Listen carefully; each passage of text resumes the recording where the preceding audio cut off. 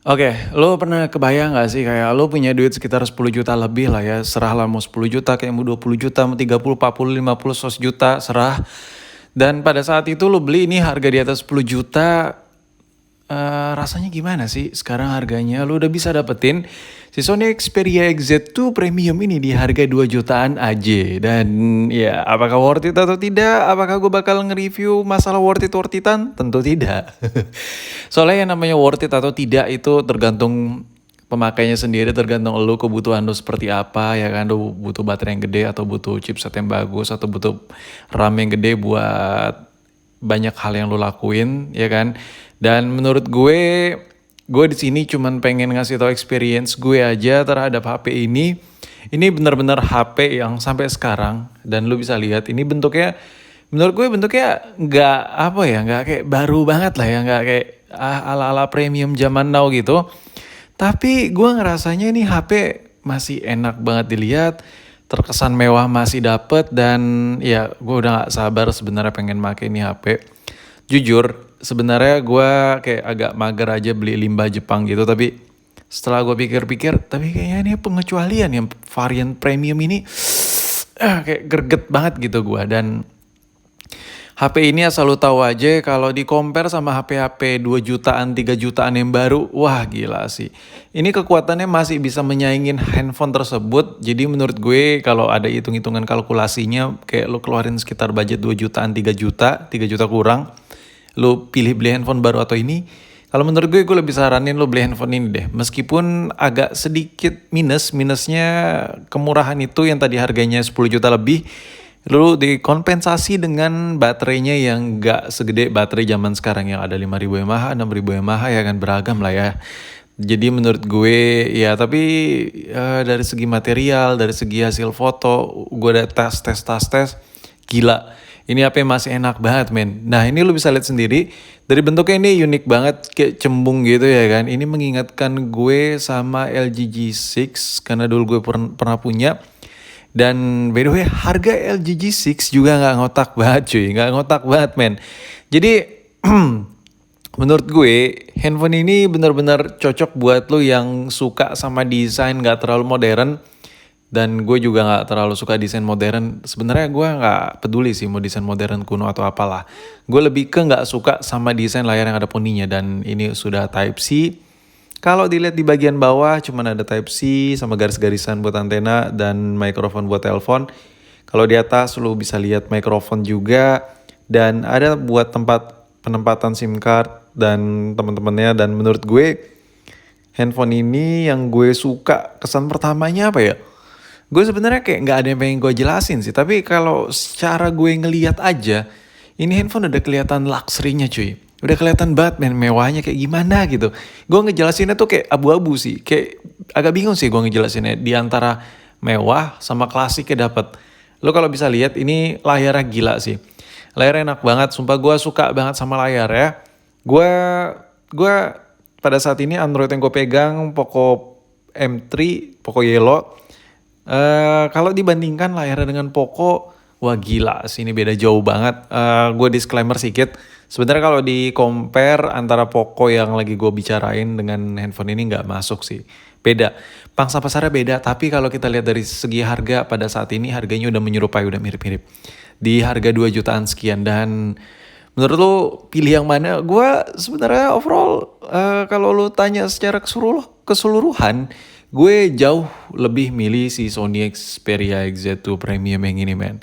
Kenapa ya? Karena gue ngelihatnya kayak apa ya, kayak lu bisa lihat sendiri deh, ini gradasi lagi, sartuasinya, kontrasnya ini enak banget cuy. Ini dilihat dari sudut kemiringan ya, ini gue coba miringin sikit-sikit gitu, itu kontras warnanya nggak berubah. Dan ini menambah kenyamanan buat lo pakai ya kan, kayak lo main ngegame. Oh ya, ini handphone pada saat dulu baru launching harganya nggak ngotak.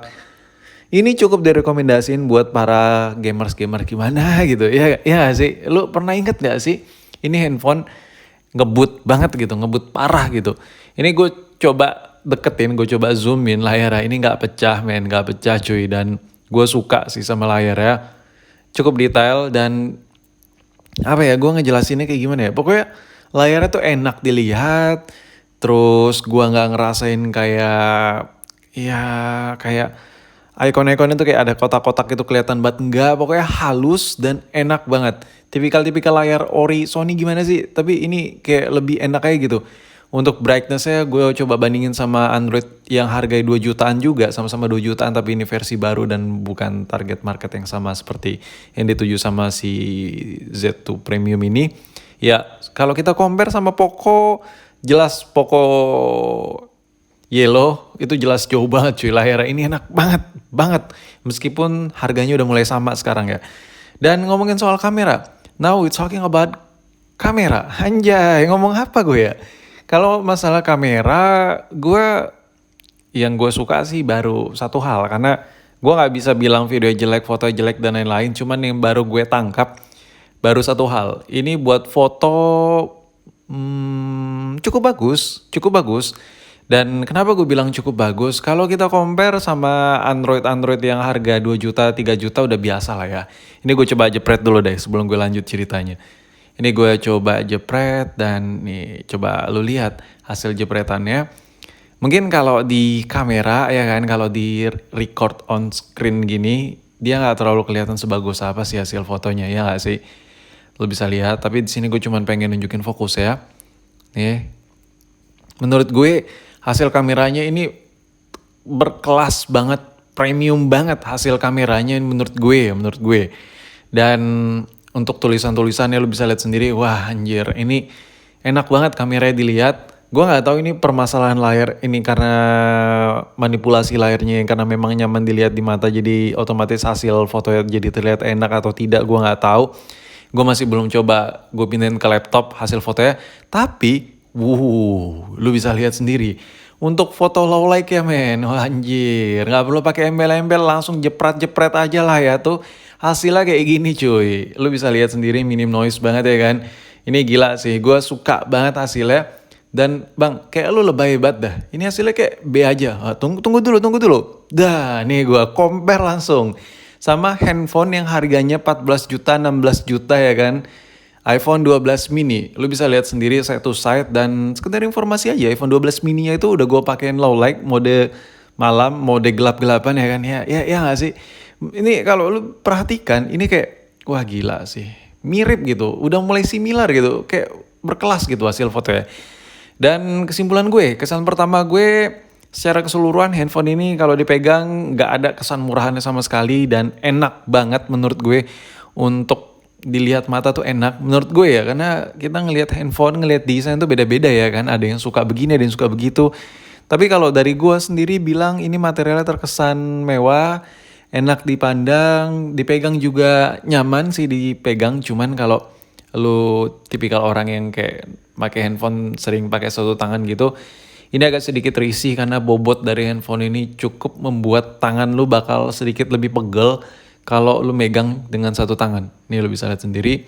Dan tebalnya ini gimana ya, agak beda gitu, cembung gitu lah ya.